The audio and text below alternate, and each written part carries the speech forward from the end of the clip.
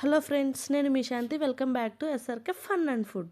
ఈరోజు మన వీడియోలో ఎంతో హెల్దీ అయిన పెసరపప్పు ఇడ్లీ ఎలా తయారు చేసుకోవాలో చూపించబోతున్నాను. ఇందులో మనం ఎటువంటి బియ్యం కానీ రవ్వ మినపగుండ్లు ఏవి వాడకుండా ఓన్లీ పెసరపప్పుతో ఇడ్లీ తయారు చేసుకుంటున్నాం. పెసరపప్పు వల్ల మనకి చాలా ఎక్కువ ప్రోటీన్ ఉంటుంది, అలాగే చాలా హెల్దీగా అండ్ ఇన్స్టెంట్గా అప్పటికప్పుడు తయారు చేసుకోవచ్చు.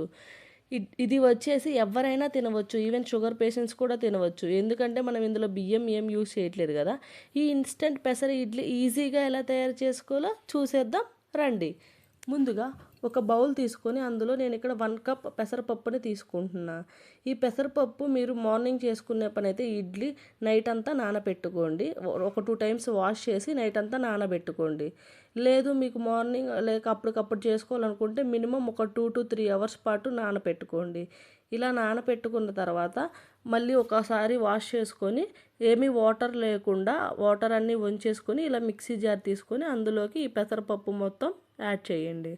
ఇందులో యాడ్ చేసిన తర్వాత ఒక చిన్న అల్లం ముక్కను తీసుకొని ఇలా సన్నగా తరిగి ఇందులో మిక్సీ జార్లో వేసుకుంటున్నాను.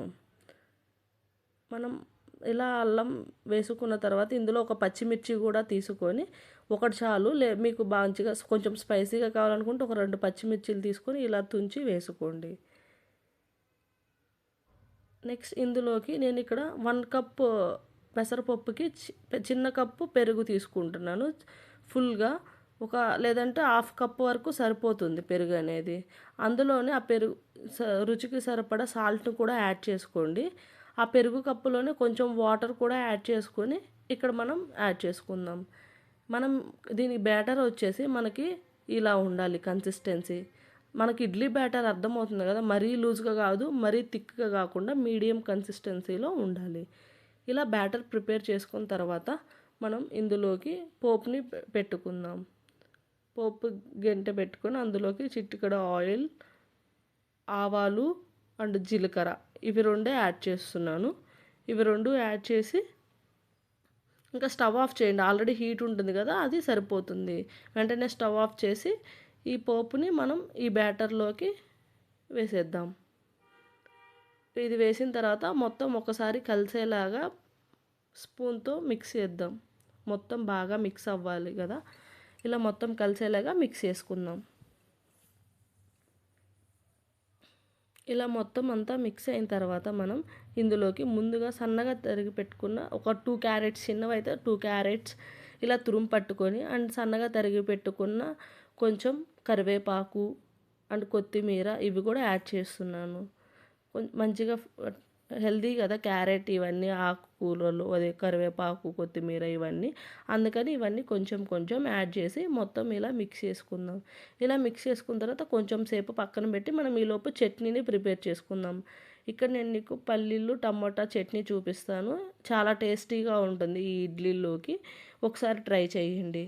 ముందుగా ప్యాన్ తీసుకుని అందులోకి ఒక 1 to 2 table spoon oil add చేసి కొంచెం యాడ్ చేసుకోండి పల్లీలు. ఫ్రై అయిన తర్వాత లైట్గా ఫ్రై అయిన తర్వాత నేను ఇక్కడ కొంచెం ఒక 4 పచ్చిమిర్చి 4 ఎండుమిర్చి తీసుకుంటున్నాను. లేదంటే మీరు టోటల్ పచ్చిమిర్చితో చేసుకోవచ్చు, లేదా టోటల్ ఎండుమిర్చితో చేసుకోవచ్చు. ఇట్లా 2 మిక్స్ చేస్తే కొంచెం టేస్ట్ బాగుంటుందని నేను 2 యాడ్ చేశాను. ఇది మొత్తం బాగా మిక్స్ అయ్యి బాగా ఫ్రై చేసుకుంటూ ఉండాలి మనం. ఇలా బాగా ఫ్రై అయిన తర్వాత మనం ఇది తీసుకొని డైరెక్ట్గా నేను మిక్సీ జార్ తీసుకొని మిక్సీ జార్లోకి యాడ్ చేస్తున్నాను. ఇవి కొంచెం చల్లారాలి కదా, డైరెక్ట్గా వేస్తే హీట్ ఉంటుంది, అందుకని కొంచెం చల్లారిన తర్వాత గ్రైండ్ చేసుకుందాం. సేమ్ అదే ప్యాన్లో నేను ఇక్కడ ఒక 4-5 టమోటాలు తీసుకుంటున్నాను. ఒక 1 to 2 టేబుల్ స్పూన్ వరకు జీలకర్ర కూడా యాడ్ చేయండి. నేను ప్రతి దాంట్లో జీలకర్ర యాడ్ చేస్తాను, ఎందుకంటే కొంచెం బాగా డైజెషన్ బాగా అవుతుందని జీలకర్ర యాడ్ చేస్తాను.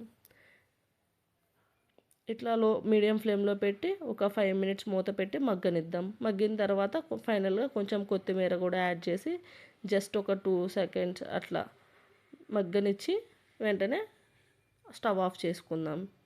ఇలా ఒకసారి కళ్ళ తిప్పుకొని స్టవ్ ఆఫ్ చేసుకుందాం.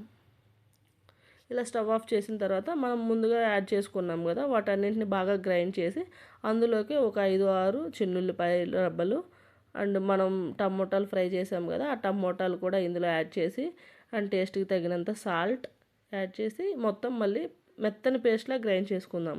ఎందుకంటే మనకి ఇడ్లీలోకి కాబట్టి మెత్తగా గ్రైండ్ చేసుకున్న బాగానే ఉంటుంది. మళ్ళీ మనం రైస్లో కనుక కొంచెం కోర్స్గా గ్రైండ్ చేసుకోవాలి. ఇందులోకి పోపుని పెట్టుకుందాం.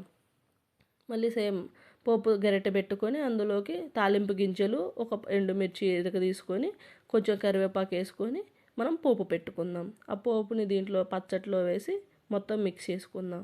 ఇంతే అండి, మన పచ్చడి రెడీ. చాలా అంటే చాలా టేస్టీగా ఉంది పచ్చడి. ఒకసారి మీరు కూడా ట్రై చేయండి. మీరు రైస్లోకి అయితే కొంచెం కోర్స్గా గ్రైండ్ చేసుకోండి. అండ్ దీంట్లో చింతతొక్కు ఉంటుంది కదా, అది కూడా యాడ్ చేసుకోవచ్చు మీరు. నెక్స్ట్ మనం ఇప్పుడు ఇడ్లీని ప్రిపేర్ చేసుకుందాం. ఈలోపు ఇడ్లీ పెట్టేలోపు మనం ఇడ్లీ పాత్రలో మనం కొంచెం వాటర్ యాడ్ చేసి దాన్ని హీట్ అవుతుంది.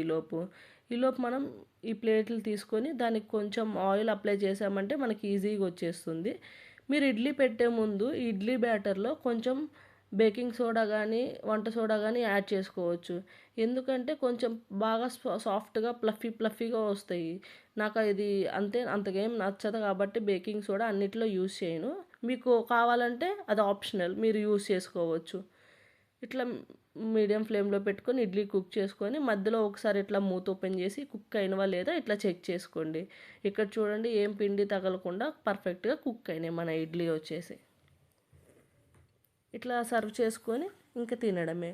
ఎంతో టేస్టీ అయిన మన పెసరపప్పు ఇడ్లీ రెడీ అయిపోయింది. చాలా అంటే చాలా సింపుల్ కదా, అండ్ చాలా హెల్దీ కూడా. ఒకసారి మీ ఇంట్లో వాళ్ళకు కూడా డెఫినెట్గా ట్రై చేసి వాళ్ళ దగ్గర ఫీడ్బ్యాక్ తీసుకొని నాకు కామెంట్ రూపంలో తెలియజేయండి ఇడ్లీ అనేది మీకు ఎలా వచ్చిందో. వీడియో నచ్చితే లైక్ చేయండి, అండ్ అలాగే మీ ఫ్రెండ్స్ అండ్ ఫ్యామిలీ మెంబర్స్కి షేర్ చేయండి. ఇలాంటి మరిన్ని వీడియోస్ కోసం మన ఛానల్ని సబ్స్క్రైబ్ చేసుకోండి friends. Thank you for watching. Bye.